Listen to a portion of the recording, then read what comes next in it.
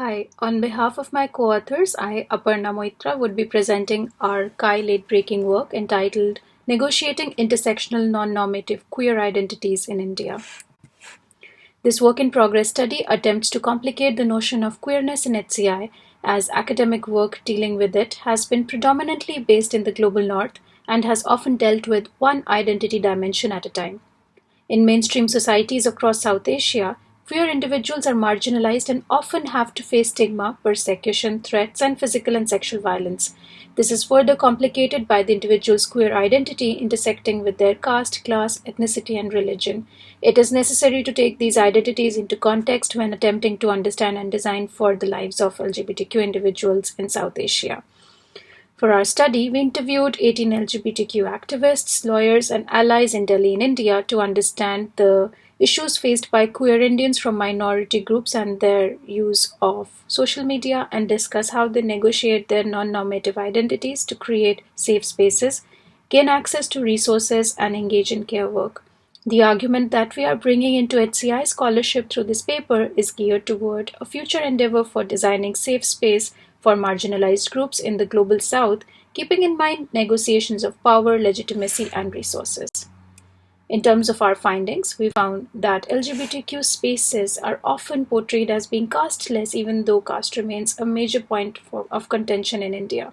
For instance, participants belonging to religious and ethnic minorities found mainstream LGBTQ movements to be predominantly Hindu upper caste, male, gay, and urban, and struggled to find their experiences reflected in these spaces. Further, participants who grew up in peri-urban and rural contexts spoke of how there was no public awareness of non-heterosexual sexualities and no queer supportive and community spaces. LGBTQ communities have a long tradition of creating safe spaces to find their identity reflected, to protect themselves from harm, and to find community support. Having said that, queer participants from minority caste, religious, and ethnic backgrounds reported that they had to seek and even create separate spaces that reflected their own intersectional experiences of marginalization.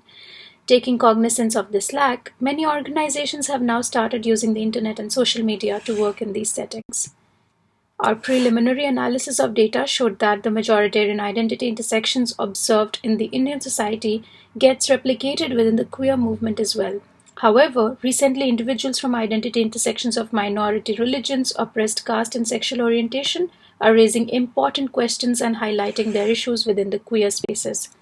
For instance, our participants shared constantly having to perform their marginalized identities and relive the trauma to make a case for seeking funds and resources for their initiatives. This aspect marked a stark negotiation with local administration and bureaucracy that has for years worked to dismantle their non-normative intersectional identities.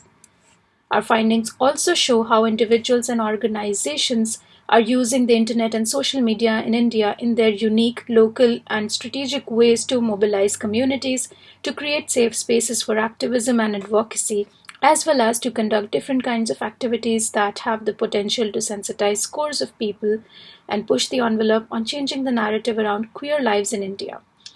A trade-off of visibilizing their identities has been the vitriol and hate encountered online.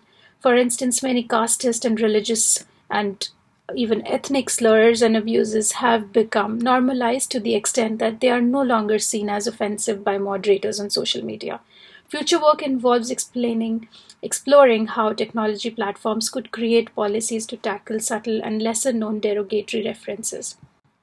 Finally, almost all of our LGBTQ study participants reported suffering from mental health issues and political fatigue due to their rather lonely journey of continued activism.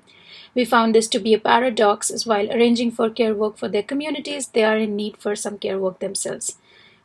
In our future work, we intend to explore the role of online toolkits for self-care activism, and we also intend to address the question of class dimension to understand how and which platforms the most vulnerable and marginalized queer populations access in India. We hope that the nuances and the situational practices that we have presented in this paper will invite discussions and debate that will decenter a political discourse based on the Western notion of agnostic politics and introduce design pluriverses. Thank you.